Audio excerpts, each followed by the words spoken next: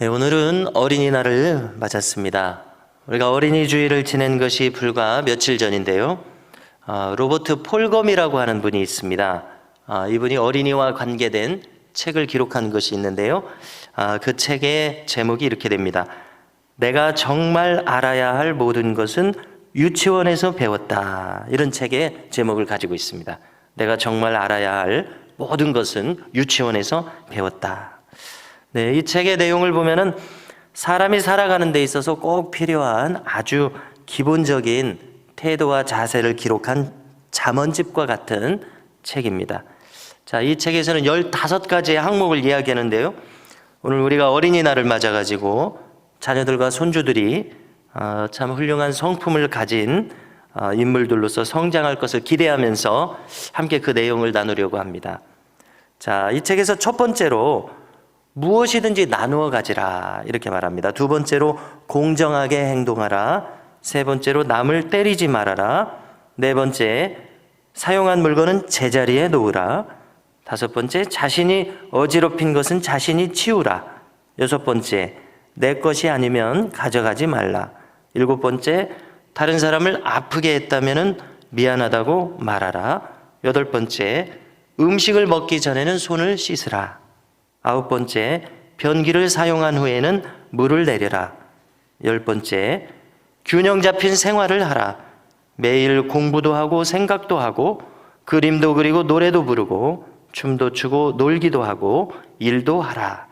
11번째입니다. 매일 오후에는 낮잠을 자라. 12번째, 밖에서는 차를 조심하고 옆 사람과 손을 잡고 함께 이동하라. 13번째, 경이로움을 느끼라. 스티로폼 컵에 든 작은 씨앗을 기억하라. 뿌리가 나고 잎이 자라지만 아무도 어떻게 그러는지 왜 그러는지 모른다. 그러나 우리는 모두 그 씨앗처럼 자라난다.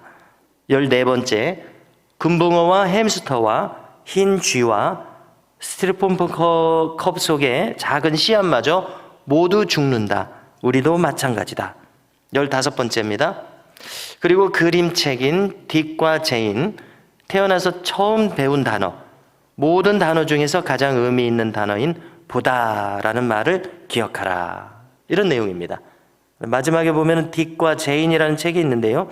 처음 말을 배울 때 배우는 책이라고 합니다. 우리도 어렸을 때 보면은 철수와 영희라는 그런 내용을 담은 처음 국어를 배울 때 그런 내용을 본 적이 있습니다. 거기 보면 바둑이도 나오는데요. 이런 한글을 처음 배우는 책과 같습니다. 딕과 제인이라는 책을 보면은 달려라, 뛰어라, 보아라, 고양이, 강아지 이런 내용들이 나오면서 간단한 말이 기록되어 있는 것을 제가 찾아볼 수 있었습니다. 자, 언제나 우리가 자녀들과 손주들이 맑고 순수하게 자라기를 바랍니다. 이들이 바른 자세를 배우고 배려심 있는 사람들이 되고 또 더불어 살아갈 줄 아는 인물들로 성장할 수 있기를 바라는 마음이 모든 부모님들과 또 할아버지 할머니들에게 있을 것이라고 믿습니다. 이것을 위해서 든든한 기도의 후원자가 되시기를 축복합니다. 네, 이어서 오늘 말씀을 우리가 읽었는데요. 오늘 말씀은 두 가지 주제를 다루고 있습니다. 첫 번째로는 이성의 유혹을 이길 것과 두 번째로는 영적인 정절을 지킬 것에 대해서 다루어 주고 있습니다. 먼저 이 아버지는 이 소중한 지혜가 바른 신앙을 줄 뿐만이 아니라 이성의 유혹에게서도 이기게 해줄 힘이라고 말합니다. 음녀라는 말이 나오고 있는데요. 그는 말로 후리는 이방 계집이라고 표현했습니다. 말로 후린다고 하는 것은 바른 생각을 벗어나게 하는 그것을 가리킵니다. 왜곡된 생각을 가지도록 만드는 것을 말합니다. 이방 계집이다 이렇게 표현하고 있습니다. 이것은 바른 신앙을 벗어난 사람을 말합니다. 말 그대로 이방인적인 것은 무엇입니까? 우상 숭배적인 것입니다.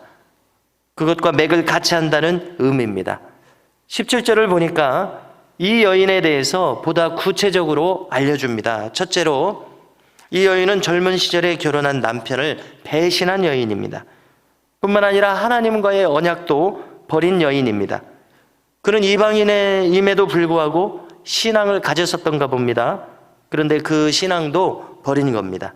특별히 그것을 하나님과의 언약을 버렸다, 이렇게 표현하고 있습니다. 젊은 시절 남편과 결혼 서약을 배신한 것, 그리고 신앙을 버린 것이 서로 깊이 연관되어 있다는 것을 알려주는 대목입니다. 자, 우리가 한번 생각해 보실 때에 모든 종류의 타락은 인간이 하나님을 떠나기 때문에 일어납니다. 오늘 말씀에서 나온 성적인 타락도 마찬가지입니다. 철저한 신앙에서 벗어나기 때문에 생깁니다. 입술로만 하나님을 찾았기 때문이라고 우리는 생각하게 됩니다. 온 마음과 영혼이 철저한 신앙을 간직함으로써 이길 수 있었을 텐데 그러지 못했다고 분석하게 됩니다. 주기도문을 보시게 되면 우리를 시험에 빠지지 않게 하시며 악에서 구하소서, 이렇게 기도하라고 말씀하셨는데요. 우리가 매일 매순간 철저한 신앙에서 벗어나서 너무나도 쉽게 유혹에 넘어갈 수 있다는 것을 우리는 인정해야 되겠습니다. 그래서 다만 악에서 구하소서, 날마다 이렇게 악에서 구하시도록 기도하라고 주님께서는 가르쳐 주신 것을 우리가 명심할 수 있기를 바랍니다. 18절과 19절을 보십시오.